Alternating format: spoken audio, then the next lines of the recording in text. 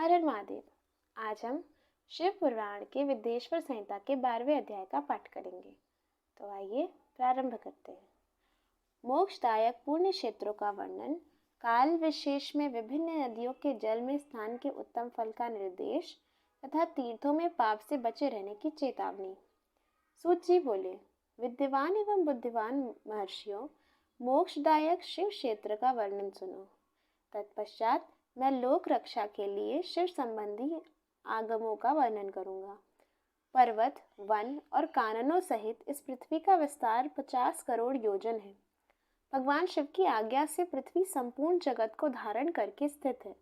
भगवान शिव ने भूतल पर विभिन्न स्थानों में वहां के निवासियों को कृपा पूर्वक मोक्ष देने के लिए शिव क्षेत्र का निर्माण किया है। कुछ क्षेत्र ऐसे हैं जिन्हें देवताओं और ऋषियों ने अपना वासस्थान बनाकर अनुग्रहित किया है, इसीलिए उनमें तीर्थत्व प्रकट हो गया है। तथा अन्य बहुत से तीर्थ क्षेत्र ऐसे हैं जो लोगों की रक्षा के लिए स्वयं प्रादुर्भूत हुए हैं। तीर्थ और क्षेत्र में जाने पर मनुष्य को सदा स्नान, दान और जप आदि करना चाहिए, अन्यथा वह रोग, दरिद्रता तथा मूकता आदि दोषों का भागी होता है। जो मनुष्य इस भारतवर्ष के भीतर मृत्यु को प्राप्त होता है, वह अपने पुण्य के फल से ब्रह्मलोक में वास करके पुण्य क्षय के पश्चात पुनः मनुष्य योनि में ही जन्म लेता है। पापी मनुष्य पाप करके दुर्गति में ही पड़ता है। ब्राह्मणों, पुण्य क्षेत्र में पाप कर्म किया जाए तो वह और भी दृढ़ हो जाता है। अतः पुण्य क्षेत्र में निवास करते समय सूक्ष्म से सूक्ष्म अथवा थोड़ा सा भी पाप ना करें। सिंधु और शत्रुदु सतलज नदी के तट पर बहुत से पुण्य क्षेत्र हैं। सरस्वती नदी परम पवित्र और 60 मुख वाली कही गई है, अर्थात उसकी 60 धाराएं हैं। विद्वान पुरुष सरस्वती के उन धाराओं के तट पर निवास करे तो वह क्रमशः ब्रह्मपद को पा लेता है। हिमालय पर्वत से निकली हुई पुण्य सलिला गंगा 100 मुख वाली नदी है। उसके तट पर काशी, प्रयाग आदि अनेक पुण्य क्षेत्र हैं। वहां मकर राशि के सूर्य होने पर गंगा की तटभूमि पहले से भी अधिक प्रशस्त एवं पुण्यदायक हो जाती है। शोणभद्र नदी की 10 धाराएं हैं। वह बृहस्पति के मकर राशि में आने पर अत्यंत पवित्र तथा अभीष्ट फल देने वाला हो जाता है। उस समय वहां स्नान और उपवास करने से विनायक पद की प्राप्ति होती है। पुण्य सलिला महानदी नर्मदा के 24 मुख स्तोत्र हैं। उसमें स्नान तथा उसके तट पर निवास करने से मनुष्य को वैष्णव पद की प्राप्ति होती है। तमसा के 12 तथा रेवा के 10 मुख हैं। परम पुण्यमयी गोदावरी के 21 मुख बताए गए हैं। वह ब्रह्म हत्या तथा गोवध के पाप का भी नाश करने वाली है एवं रुद्रलोक देने वाली है। कृष्णवेणी नदी का जल बड़ा पवित्र है। वह नदी समस्त पापों का नाश करने वाली है। उसके 18 मुख बताए गए हैं तथा वह विष्णु लोक प्रदान करने वाली है। तुंगभद्रा के 10 मुख हैं। वह ब्रह्मलोक देने वाली है। पुण्य सलीला सुवर्ण मुखरी के 9 मुख कहे गए हैं। ब्रह्मलोक से लौटे हुए जीव उसी के तट पर जन्म लेते हैं। सरस्वती नदी, पंपा सरोवर, कन्याकुमारी अंतरीप तथा शुभ कारक श्वेत नदी, ये सभी पुण्य क्षेत्र हैं। इनके तट पर निवास करने से इंद्रलोक की प्राप्ति होती है। सदा पवित्र से निकली हुई महानदी कावेरी परम पुण्यमयी है। उसके 27 मुख बताए गए हैं। वह संपूर्ण अभीष्ट वस्तुओं को देने वाली है। उसके तट सर्वलोक की प्राप्ति कराने वाले तथा ब्रह्मा और विष्णु का पद देने वाले हैं। कावेरी के जो तट शैव क्षेत्र के अंतर्गत हैं, वे अभीष्ट फल देने के साथ ही शिवलोक प्रदान करने वाले भी हैं।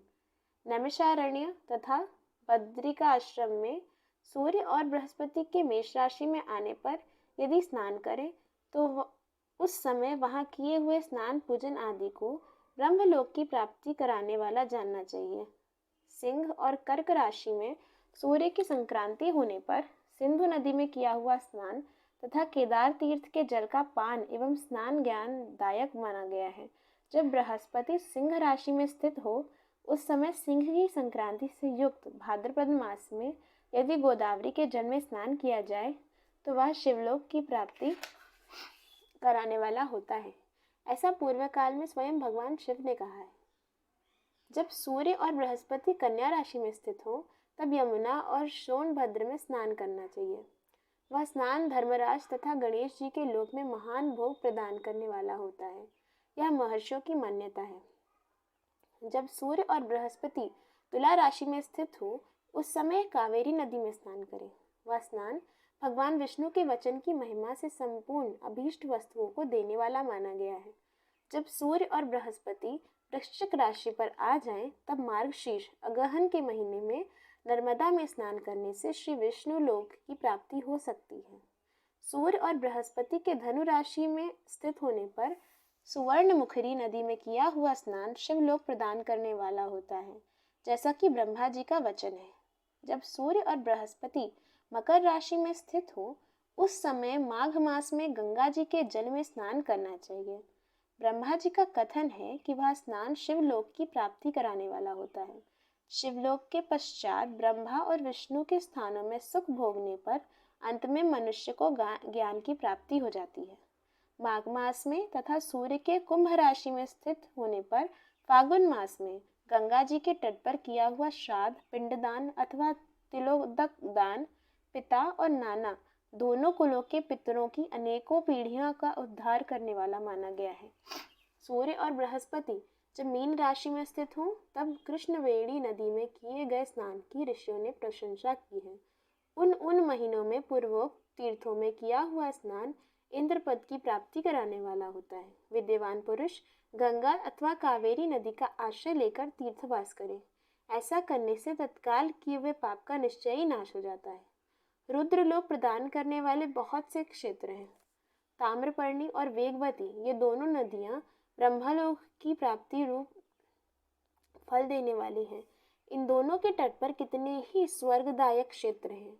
इन दोनों के मध्य में बहुत से पुण्यप्रद क्षेत्र हैं। वहाँ निवास करने वाला विद्वान पुरुष वैसे फल का भागी होता है।